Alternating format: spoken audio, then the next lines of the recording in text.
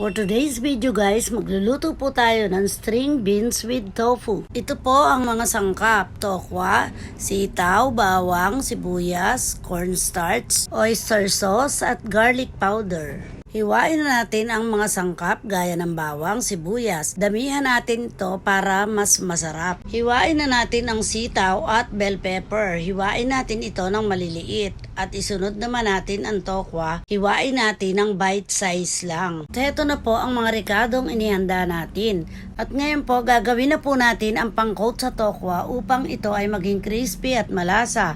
Ilagay na natin ang cornstarch, paminta at garlic powder. Haluin natin ang haluin hanggang sa ma-absorb nito ang tunay na lasa. Ilagay na natin ang tokwa. Siguraduhin nating ma-coat lahat upang ito ay maging crispy. Ngayon po ay titimplahin na natin ang toyo, asukal at oyster sauce. Haluin natin itong mabuti hanggang sa matunaw ang asukal at mag-mix ang lasa ng oyster at asukal.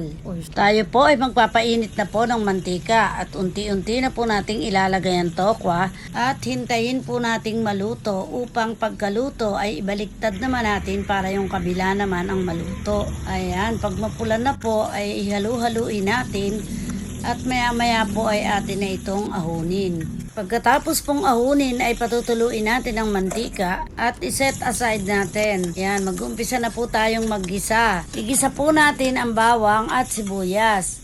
Haluin ang haluin at isunod natin ang bell pepper. Haluin natin ang bell pepper hanggang sa ito ay maluto at isunod natin ang sitaw. Haluin ang haluin hanggang sa maluto ang sitaw at pagkatapos ay ilagay na natin ang tokwa. Maya-maya po ay ilagay naman natin ang sauce na hinanda natin kanina.